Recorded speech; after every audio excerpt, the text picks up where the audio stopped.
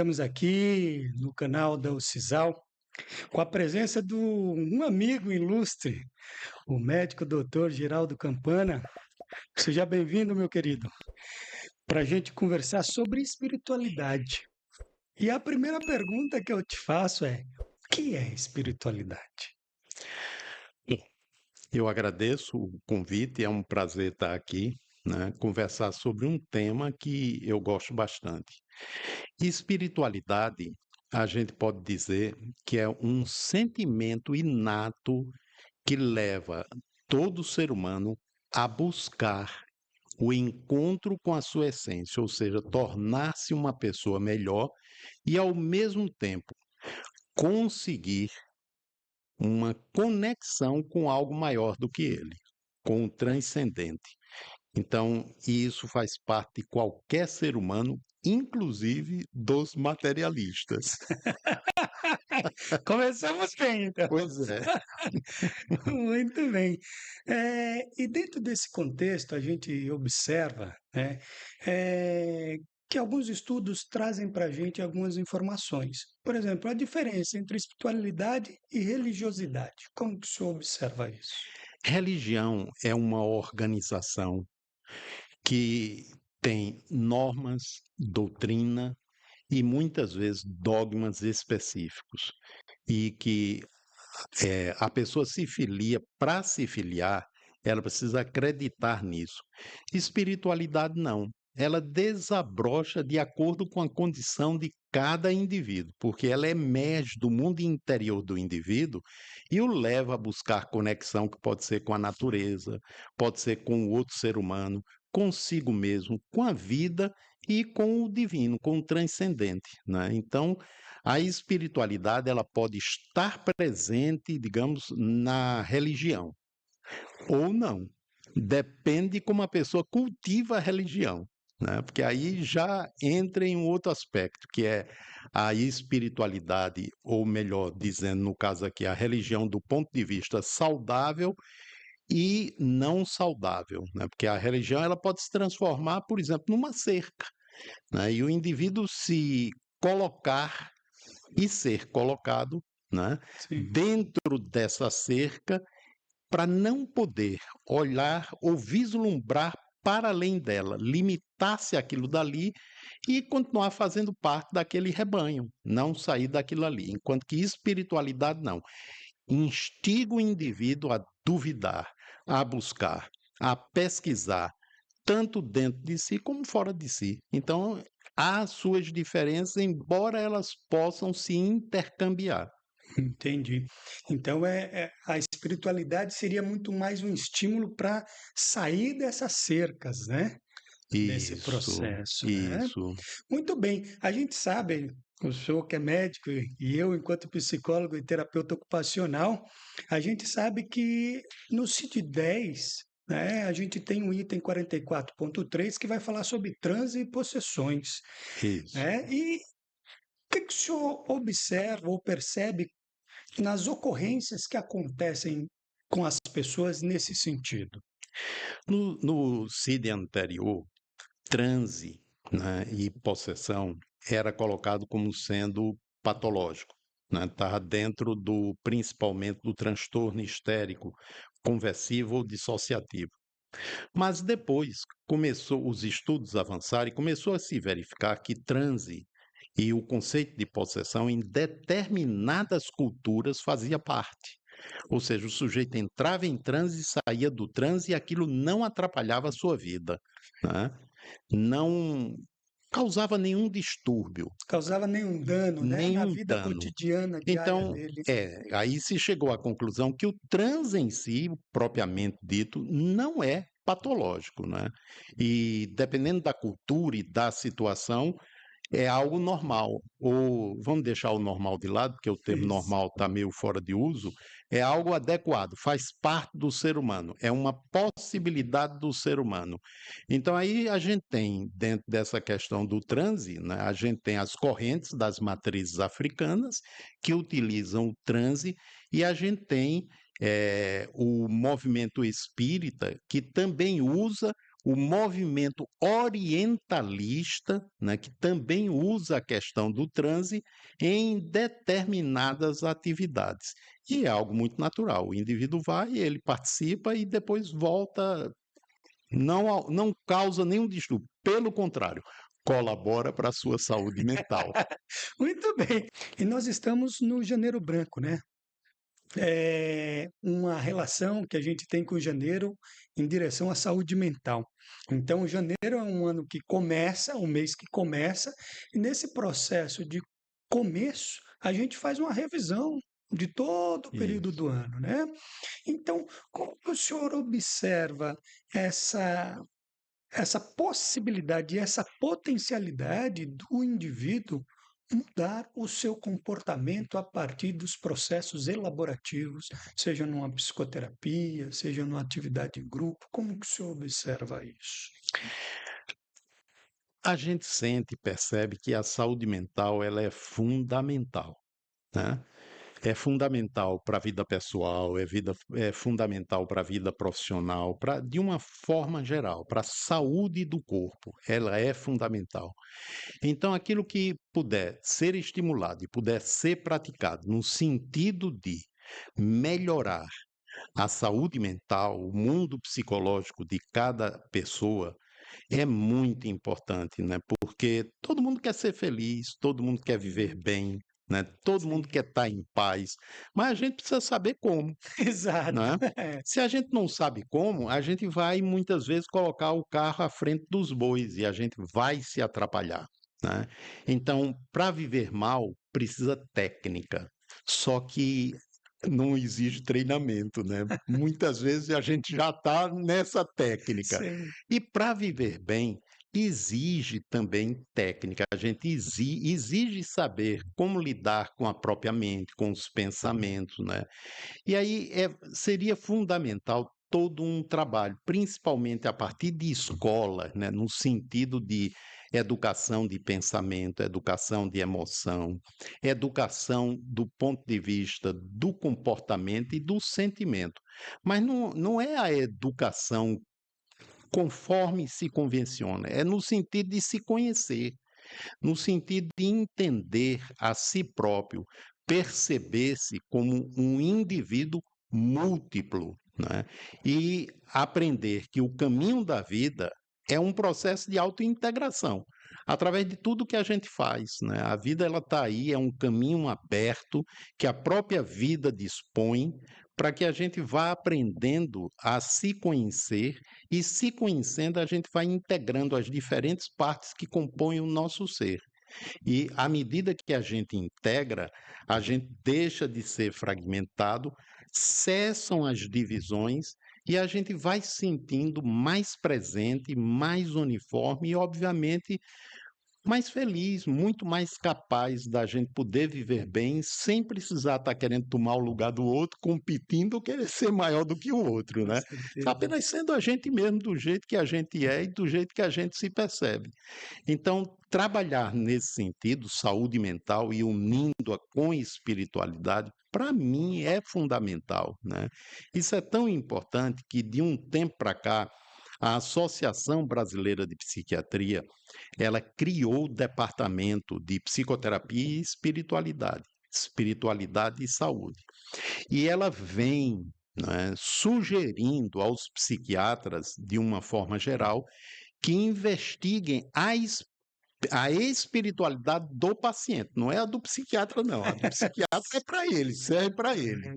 É a do paciente, para estimulá-la, para ajudá-lo a se reconectar com essa espiritualidade, porque é um caminho, né? Não é o único, mas é um caminho e um caminho importante. Eu posso contar uma historinha? Pode, claro. Eu lembro que eu estava atendendo uma senhora, ela perdeu uma filha, ela morreu com uma bala perdida numa festa. Surgiu uma briga, um camarada puxou o revólver, deu um tiro no oponente, mas pegou nela. Na cabeça, ela morreu. Essa senhora entrou num estado de desespero e de depressão terrível. Quando ela foi para mim, já tinha uns 6 anos isso, e ela estava mal, cheia de remédio, né? Cheia de remédio. E aí a gente começou a trabalhar E por mais que eu fizesse, 6 meses depois eu não via mudança nenhuma. Aí eu parei, eu disse: "Meu Deus, o que é que eu posso fazer para ajudá-la, né?". Comecei a me perguntar, aí um dia ela chegou com um sonho, ela disse: "Eu sonhei, eu tive um sonho, né, que minha avó, vinha me buscar e me levava para um local, e nesse local tinha muita criança, e quando eu olhei, estava minha filha, só que ela não tinha a idade de 18, ela estava com a idade de 7 anos de idade, 6, 7 anos. E aí eu corri para ela, ela correu para mim, nos abraçamos, e aí eu perguntei: "Por que é que você está assim?". Disse: "Para que você não lembre da tragédia", né. Disse: "Mãe, eu pedi permissão para conversar com você, porque você está mal, não precisa, eu estou bem aqui, né. Eu só estou com essa aparência", isso num sonho. E olhe que essa senhora, ela fazia parte de uma religião que não admitia nada desse tipo de conhecimento. Porque podia pensar: "Não, é isso aí foi o É, inconsciente, inconsciente. etcétera". Mas não, na religião dela, morreu, fica no túmulo esperando o dia do juízo final. Era assim. E aí ela teve esse sonho, saiu, não mudou nada, né, continuou. 3 meses depois ela teve outro sonho, a mesma coisa. A avó chegou, levou e disse: "Mãe, né, eu pedi à minha bisavó que fosse buscar novamente você, né. Você precisa melhorar, porque eu estou bem, mas sua tristeza me deixa triste.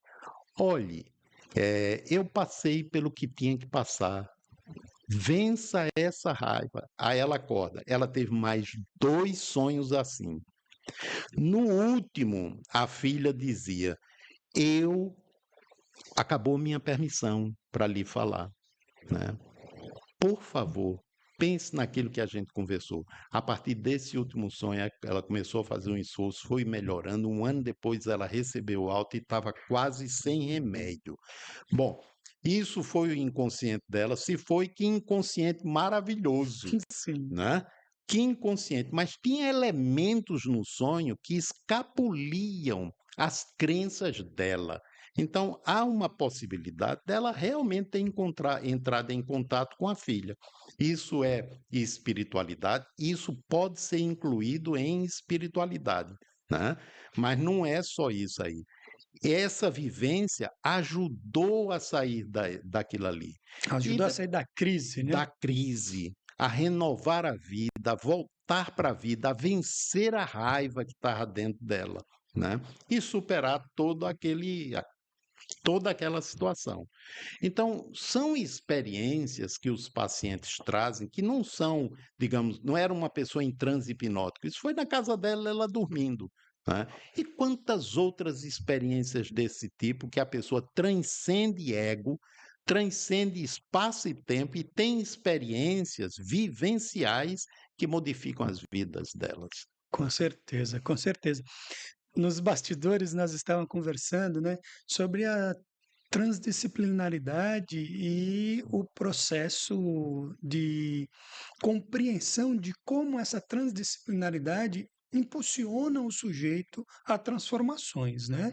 Uhum. Eh, como que o senhor observa isso e percebe isso, seja na clínica, seja nos pacientes ou nos grupos que o senhor faz? Você está falando trabalhar com múltiplos Isso. profissionais. Eu estou trazendo a possibilidade de não ter uma única forma de tratamento para Ah, aquele sujeito, para aquele indivíduo. eu acho isso muito bom, não é? Porque, por exemplo, o psiquiatra, né? Ele vai ver a parte médica, né? A parte médica e o tratamento é visando a parte médica da pessoa. Vai ver os sintomas, chega ao diagnóstico da doença. O psicólogo, né, ele vai para a parte psicológica, ele vai precisar conhecer a história de vida. O psiquiatra também, mas aqui é em outro sentido, é entender como aquela pessoa foi adoecendo, né, para que ela possa sair. E aí entram os diferentes profissionais. Imagine aquela pessoa, se ela tiver sedentária, né, isso prejudica, isso não é legal. Então, um profissional que a ajude nesse sentido da mobilidade. Na educação Se física, ela por tiver exemplo. muito regredido, uma pessoa de TO, para ajudá-la através da atividade, né, De vida que a diária. ajude a se reintegrar psiquicamente, né. Então, eu acredito que quanto mais pessoas envolvidas no tratamento, né, por exemplo, a alimentação, a gente hoje sabe que a alimentação é importante, né, uma Fundamental. alimentação adequada, de Sim, acordo com o que a pessoa precisa em termos de estimular neuro-hormônio, estimular glândulas, né. sim. Isso é muito bom. Eu acho que a gente cada vez mais está se encaminhando para essa disciplinaridade, né, e eu acredito que o beneficiado maior será o paciente, né. Com certeza, Pois né, é. com certeza. E aí, nos trabalhos de grupos, como que o senhor desenvolve esses processos? A gente tem alguns tipos de grupo, né, a gente tem um grupo que eh treina o processo de autoconhecimento, a gente tem um grupo voltado para intuição e sensibilidade e tem outros tipos de grupo.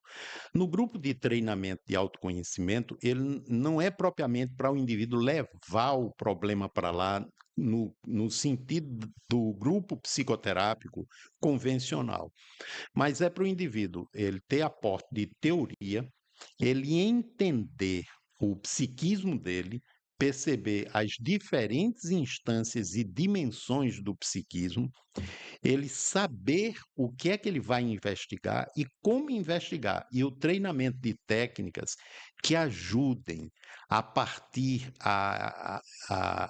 ao processo de investigação, a partir do sintoma, o que ele sente no corpo, e usar aquilo que sente no corpo para acessar o inconsciente, né?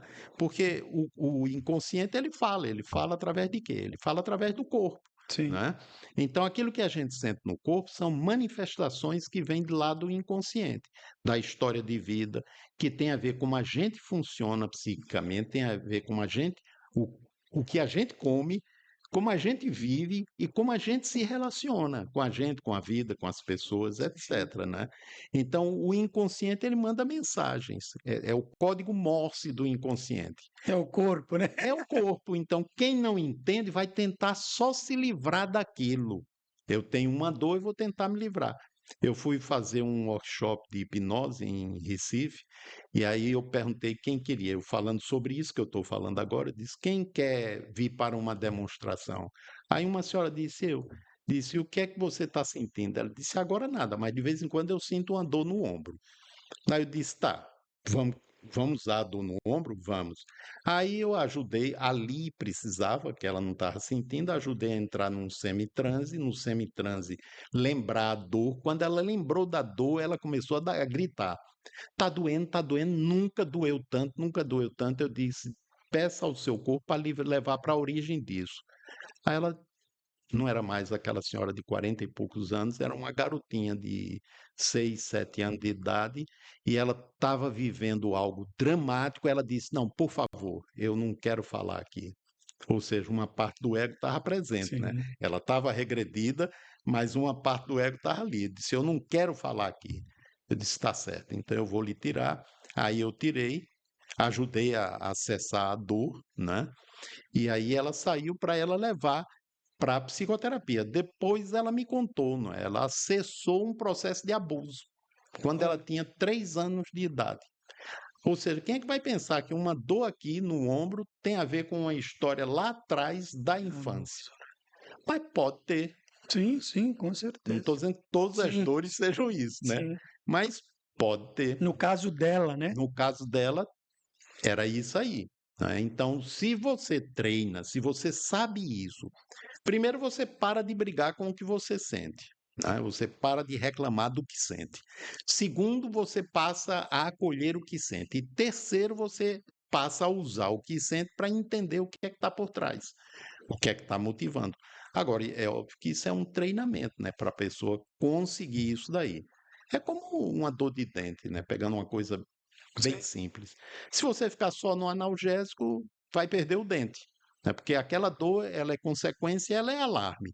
Então tem dores físicas, dores psíquicas, e toda dor é consequência e é alarme. Se eu entender como alarme também, o que é que meu corpo que é que meu inconsciente, porque quando eu digo o que é que meu corpo está querendo dizer, eu estou dizendo o que é que meu inconsciente está querendo dizer, Sim, né? sim. E aí, eu sabendo como, eu tenho uma chance de acessar E traçar caminhos, e né? traçar caminho, né, de transformação, porque não é só eu entender, puxa, foi por aí. Não. O que é que eu vou fazer com aquela carga emocional? Né? É, Porque eu não mudo o passado, mas eu ressignifico emoção, eu ressignifico crença que advém da emoção.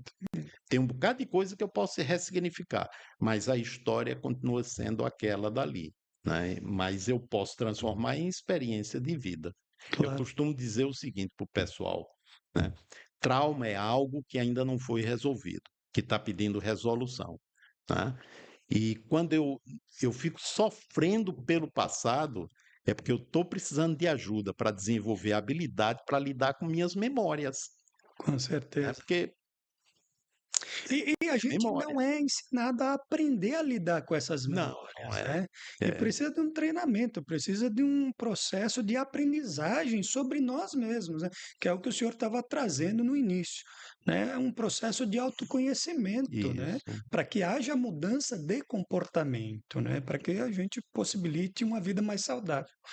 Nesse sentido, possibilitar uma vida mais saudável, quais seriam os caminhos, como a gente também está no Janeiro Branco, quais seriam os caminhos para a gente eh, aliviar, né, os processos de adoecimento que a gente observa na nossa sociedade sobre a questão da saúde mental?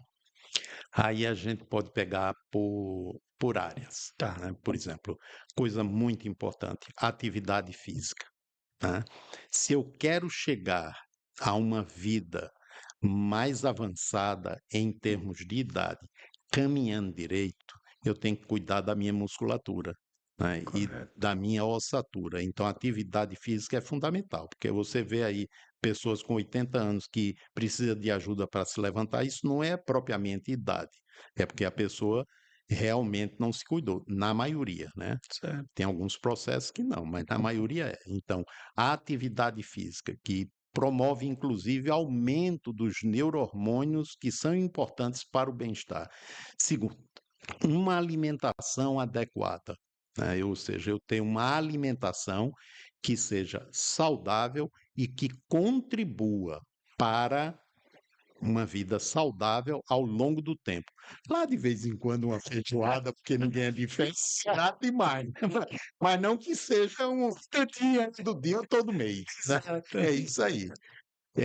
Eu cultivar o autoconhecimento, eu buscar aquilo que me ajude a me conhecer, né? A perceber as minhas crenças, né?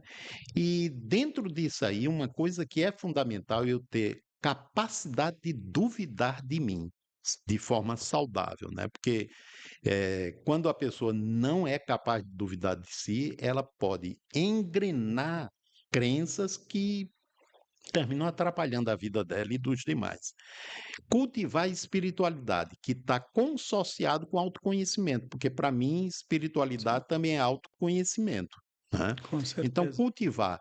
E aí, se for vinculado a uma religião, eu cultivar de forma saudável, ou seja, aquela religião é a que eu gosto, não é a melhor que tem, é a que eu gosto, Que porque eu a me melhor sinto que bem, tem né? é aquela que a pessoa se sente bem, e aí Exato, é a de cada um, exato. né? Não é a que tem, digamos, é aquela que está Não é certa. hegemônica, né? Não é a questão de me salvar nem de nada, Sim, né? sim. Eu poder viver bem comigo, eu poder viver em paz com a minha consciência, eu ter um comportamento ético, né? Com Que isso é certeza. fundamental.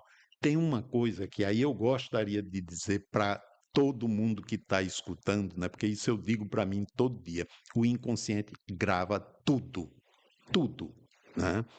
E grava do jeito como foi e termina cobrando um dia. Sim, Termina cobrando, porque tem processos internos dentro da gente de elaboração, né? De elaboração, que hoje podem não estar despertos, mas amanhã vai estar desperto. Essa cobrança não é no sentido de me punir, é no sentido de Gerardo, corrige isso. Não é por aí. Por aí tu não vai, você não vai ser feliz, né? Por aí. claro. muda, é por aqui. Então, eu penso, aí dentro dessa questão de autoconhecimento e espiritualidade, o treino da meditação todo dia, né, para acalmar a mente, parar aquele a raio fofoca nacional, né, Sim. a oração conecta a gente com Deus, com o transcendente, né, conecta a gente com aquilo que é bom, né. A prática do bem, né, ou seja, você ir ao encontro do outro, isso vai fazendo com que a parte humana da gente emerja cada vez mais. O pessoal costuma dizer: "Ah, a gente está se espiritualizando". Eu disse: "Espiritualizando coisa nenhuma. A gente está se humanizando, Humanizando, né, com porque a gente ainda certeza. não se humanizou de É, verdade, né". Agora depois de se humanizar, aí está certo, a gente parte vai se vai espiritualizar. Quem espiritualizando. acredita em anjo É, vai vai para o treinar para anjo. ser anjo, né, espírito superior, seja lá o É, que que for, for, né, cada um de acordo com sua crença, mas a gente está exato, se humanizando. sim. A gente está num esforço para vencer a porção animal, carga instintual e a gente desenvolver a capacidade de cooperar uns com os outros, né. De se perceber humano, né, Isso, em de toda se a sua perceber humano. humanidade. É. No Ah, dia que a gente estiver assim, cooperando uns com os outros, é outro mundo, né, com mas por certeza. enquanto, Vamos batalhando, vamos vamos trabalhando, vamos né, caminhando, vamos né. caminhando. É. Muito bem. Doutor Geraldo, para a gente ir caminhando para a nossa finalização, assim, eu queria que o senhor deixasse um recado para as pessoas que assistem nesse momento. O senhor pode olhar ali para aquela câmera e dar o seu recado. Um dia desse, eu não lembro onde foi, eu estava falando sobre uma frase que eu gosto muito, né, e que eu acho que essa frase traduz o processo da vida. Ela diz o seguinte: "A vida é um químico caprichoso que faz sair do húmus da terra o perfume que recende da corola de uma flor", né. É o Bueno, processo de transformação. E nós, eu acredito firmemente nisso, nós somos responsáveis pela nossa transformação. Ninguém vai transformar a gente, é a gente mesmo. E o processo de transformação é a aquisição de lucidez, eu ter clareza das minhas escolhas, né? E de onde eu quero chegar, ou seja, dar uma direção para a minha energia de vida, um sentido para essa energia, porque aí eu sei para onde eu estou caminhando. Isso dá uma paz tremenda. muito bem. Mais uma vez, agradeço a sua presença aqui conosco no canal da UCISAL, trazendo essas informações que são fundamentais para que a gente caminhe e se desenvolva enquanto ser humano e a cada vez melhor, né? E para deixar para vocês, eu queria hoje deixar um recado, que é o seguinte, que tem tudo a ver com o que a gente conversou aqui. Toda vida é uma grande viagem. E a velocidade não é mais que uma ilusão, não importa a carruagem que usamos, mas o caminho que percorremos. Um abraço grande e até a próxima.